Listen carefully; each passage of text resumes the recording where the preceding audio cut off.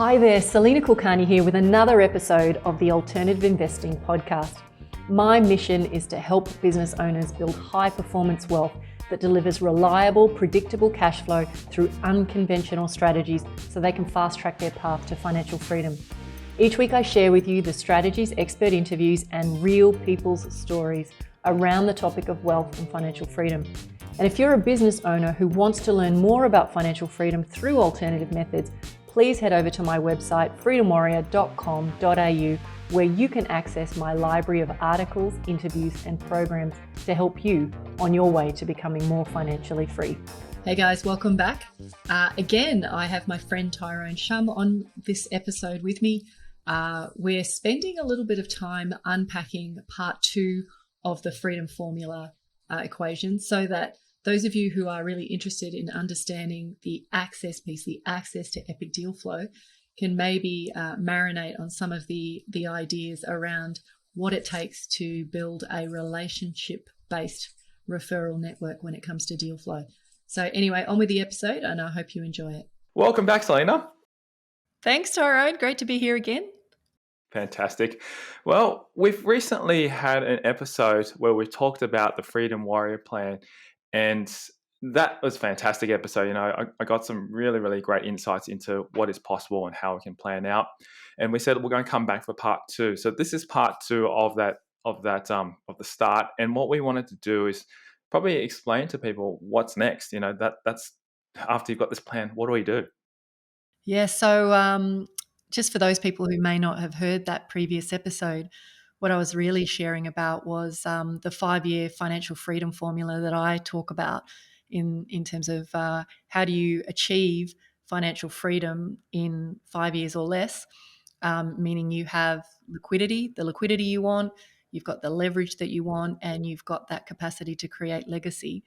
And part 1 was all about the plan. Part 2 is really all about the deals.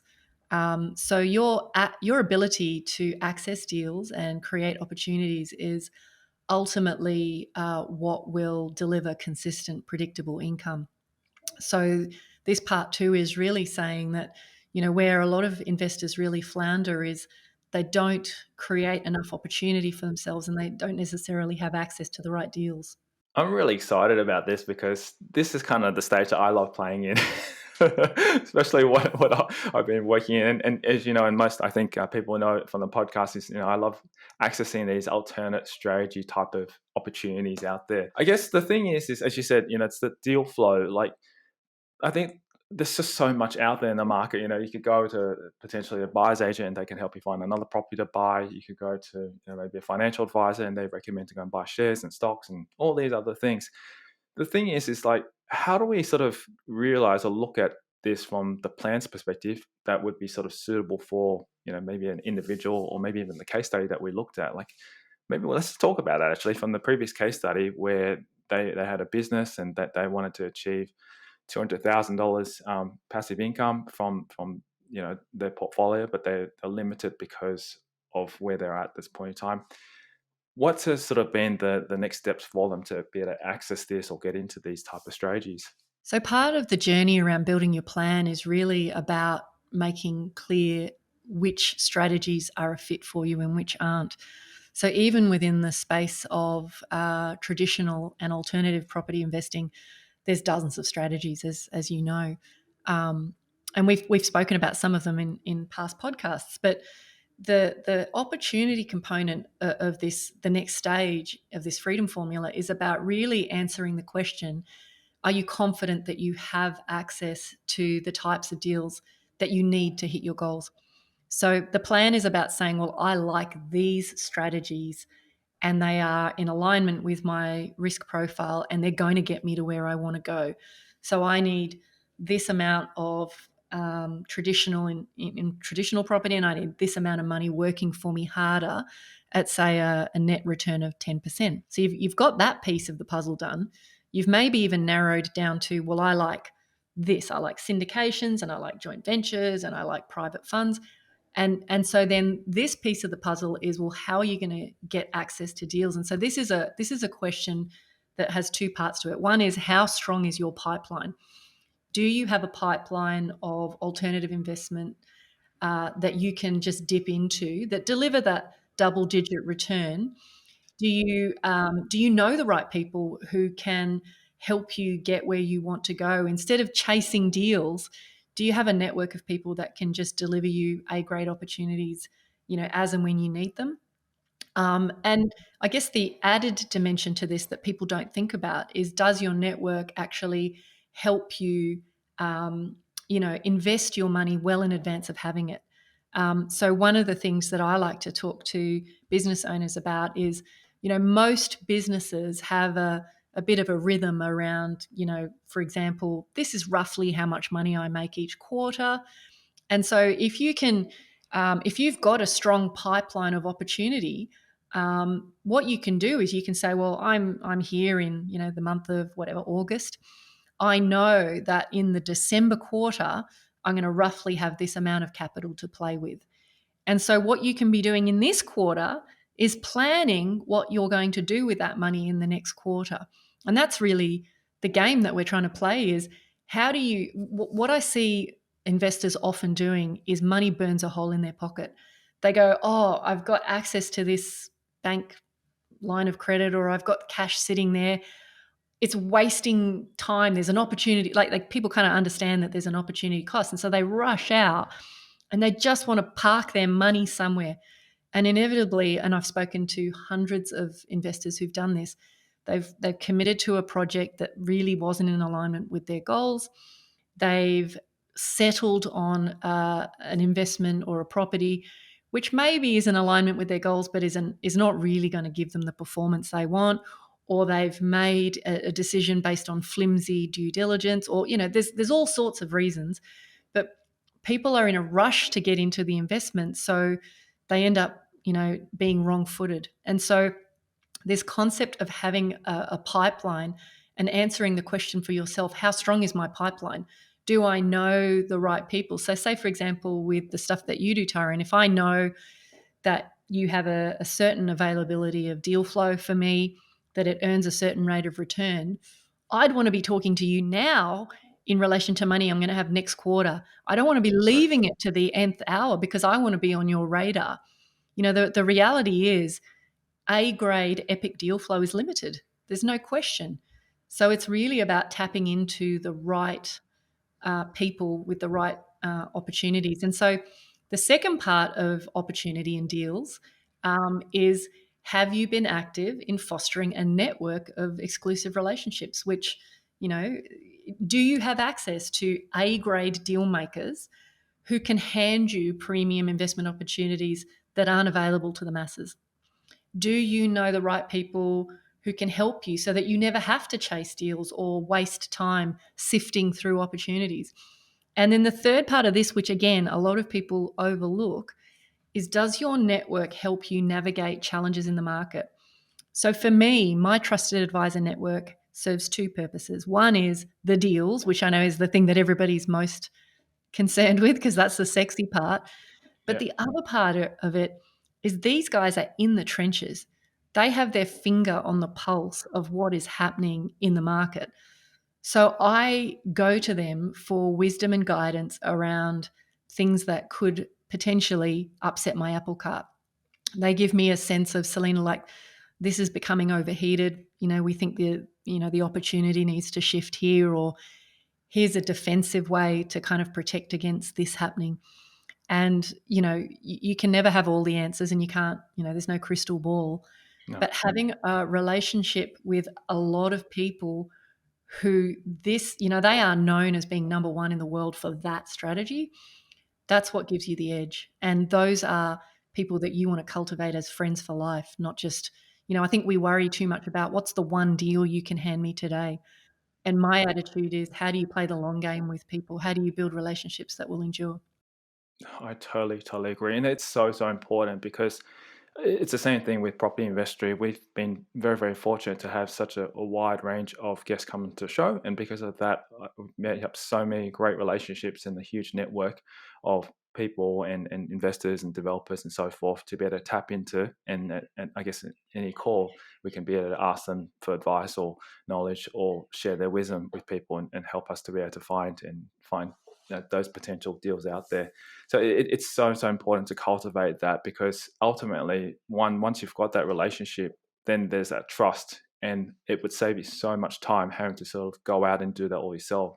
And when we talk about property, especially property investing, it's all about building a strong team around you, because you can't do everything yourself. You can be an expert at one thing, but it's just impossible to be an expert at all things in property. And there's just so many moving parts and components within property that make it really, really a fun game, but also quite a challenging game at the same time as well. I can give you an example. Recently, I've been working with a few deals that we've been putting and helping investors go into, and there's so much legal involvement that we definitely would be very, very heavily reliant on our lawyer to be able to put together the deal. And if it wasn't for him, there's a lot of little clauses that we would not have been able to understand and see. Like, we only know to a certain extent, but by relying them on heavily, we know that they can handle that and ensure that a deal goes through correctly. So it's just, that component in itself is already a huge part and a major part that I think I totally agree that's so important. I also want to ask a little bit, and maybe for listeners out there who may not understand the differences between traditional and alternate investments. And I know we've talked a little bit about this in previous episodes, but maybe let's just quickly touch over traditional to explain to people what that is, and then what alternate investments are as well. Yeah, sure. So traditional investments are the ones that we all know and love. Traditional investments are the ones that are often heavily regulated. So stock market, shares, things like that, bonds, those sorts of things, managed funds. And then in property is a funny one. To some degree, it's less regulated, but I think of mainstream property investing as being part of the traditional investing mix. In other countries, in property in itself gets discussed as an alternative investment. But for the purpose of what we're talking about, typical buy and hold developments, those sorts of things, I just put that into the traditional space. And the returns on those can be wide ranging, but typically even commercial property I would put into traditional. But I think the difference for me around alternative in the context that I use it is alternative is to do with, number one, the type of strategy that you employ, but number two, the outcome that you're after. So often with traditional investments, we're after a capital return or growth. Not necessarily though, but alternative investments are, for me, the pursuit of annuities, of income streams. So that for me is kind of like the definition. They're not as well known. There's not as much information out there on them. They're more difficult to access.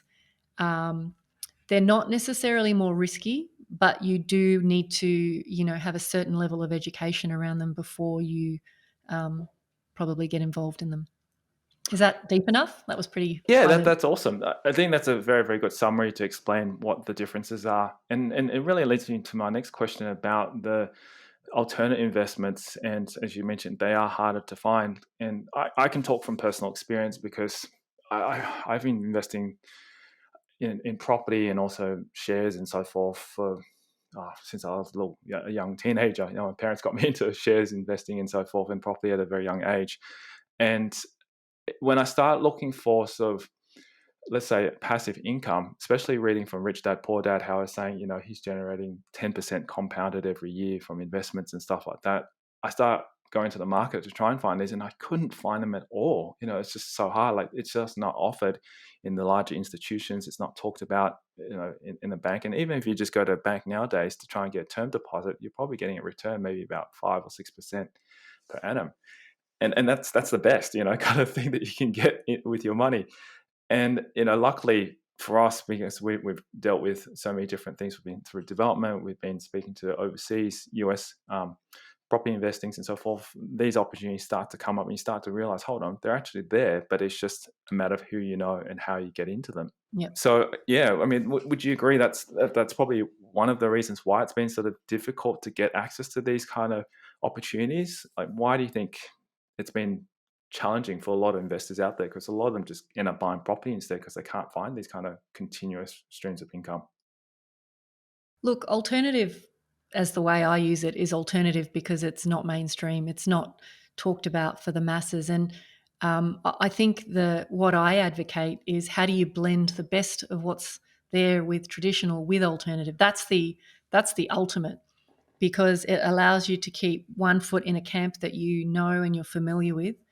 And it allows you to then just use a little, like I'm really suggesting people put a very small percentage of their wealth into alternative in order to amplify cash flow. So, you know, the real art that I'm trying to really suggest people get their head around is, how do you blend? How do you take the best of what's available to you in your own local market with what's available, in maybe circles and markets that you're less familiar with? So I think part of the challenge that you have, once you start like looking into alternative investing, you see that there's no shortage of deals. There's no shortage of people telling you that there's great deals out there.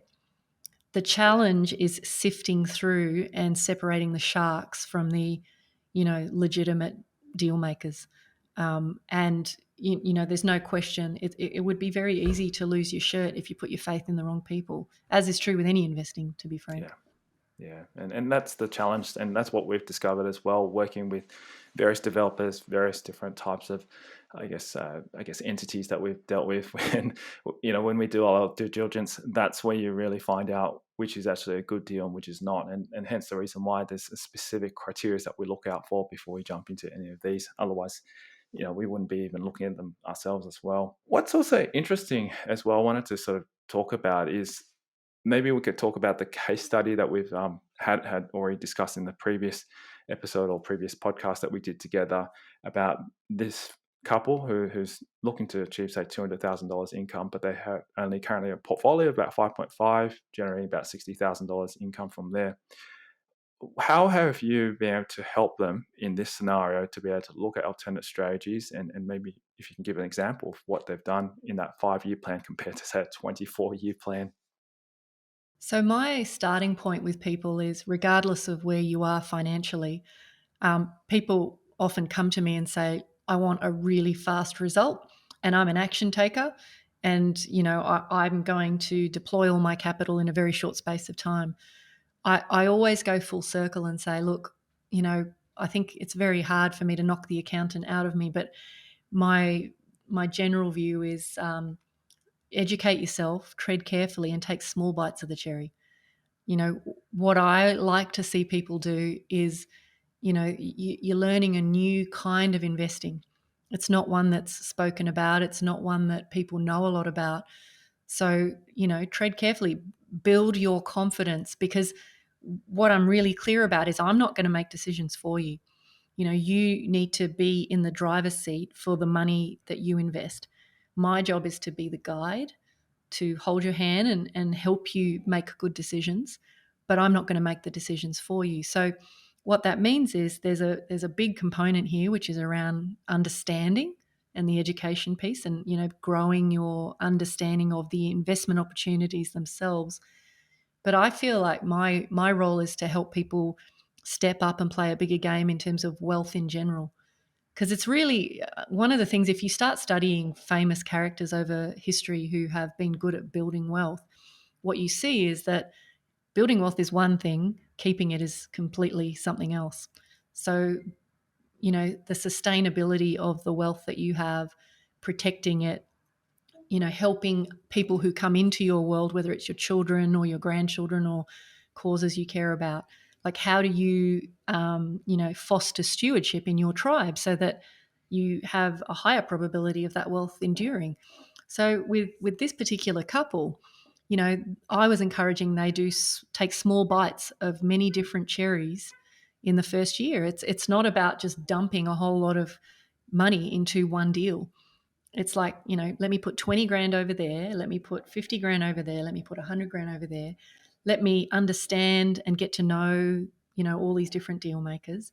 So it's a slow and methodical process, which, as they start to build confidence, they start to see how the deals work, what the paperwork looks like, the mechanics, then they can start to ramp up their position.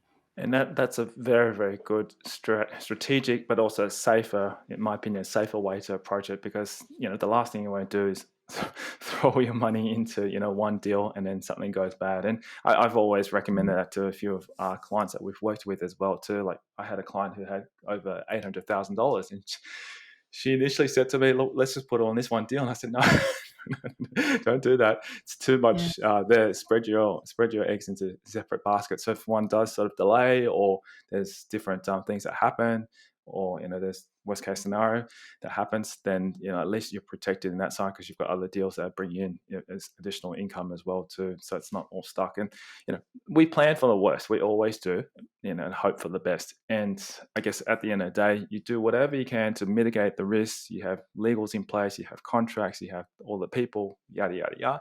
But you can never ever know what's going to be happening, because no one has a crystal ball. So that is a very, very good and smart strategy to approach, rather than just jumping straight into the first one that you see. And as Salena said, there's plenty of opportunities out in the market. It's just a matter of finding the right ones, and that just takes a bit of time. So yeah, I think this is fantastic that we talked about alternate strategies in this episode, and it really ties really well, because once you've got this plan, I guess the next thing is, okay, let's take some action to work out, okay, what's going to be the right alternative strategies or alternative investments that will actually help you fast track to where you want to achieve. So Salena, in the next episode, what are we going to be talking about in part 3? Yeah, so part 3 of the freedom formula is really the autonomy piece. How do you put yourself in a position where, instead of having no choice about whether or not you run your business, you put yourself into the situation where, if you sell your business for a high ticket price, bonus. If you don't, doesn't matter. But it's about, if you want to keep working, not keep working, but it's about that capacity to have choice and how we achieve that. Fantastic. Looking forward to that one. That one's it's really, really a passion for me, because then you have choice to do whatever it is, whether it be philanthropy work, or whether you want to spend more time with your kids, or do the things that you've wanted to always do. That's when you can actually do that. So absolutely. Fantastic. All right. Well, thank you so much, Salena, and great to have you on the podcast again. Awesome. Thanks, Tyrone. Thanks so much for listening to the Alternative Investing Podcast. If you're a business owner feeling frustrated that despite doing everything right in the property investing playbook and you're no closer to financial freedom, then head over to freedomwarrior.com.au to learn more about how you can use alternative investments to catapult your investing income and blend strategies to shave decades off your timeline to financial freedom. Till next time, take care. See you on the next episode, and bye for now.